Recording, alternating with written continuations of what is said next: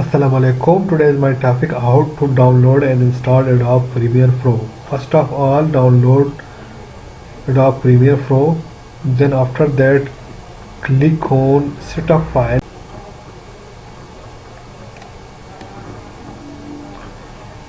To run the setup, click on setup file. Now installation start. It takes some time.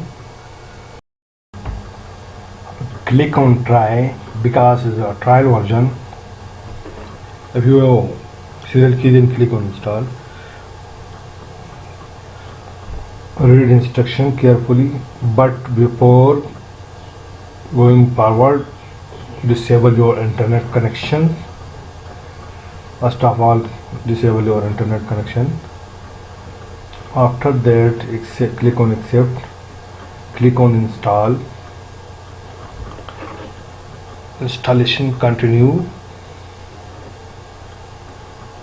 When reach to 100%, completed installation. It is a trial version 30 days. Now the installation is completed. You can easily edit your video professionally. Adobe Premiere Pro is used for video editing. Thank you viewer. Like and subscribe my channel for next video. Thank you. Allah Hafiz. Take care.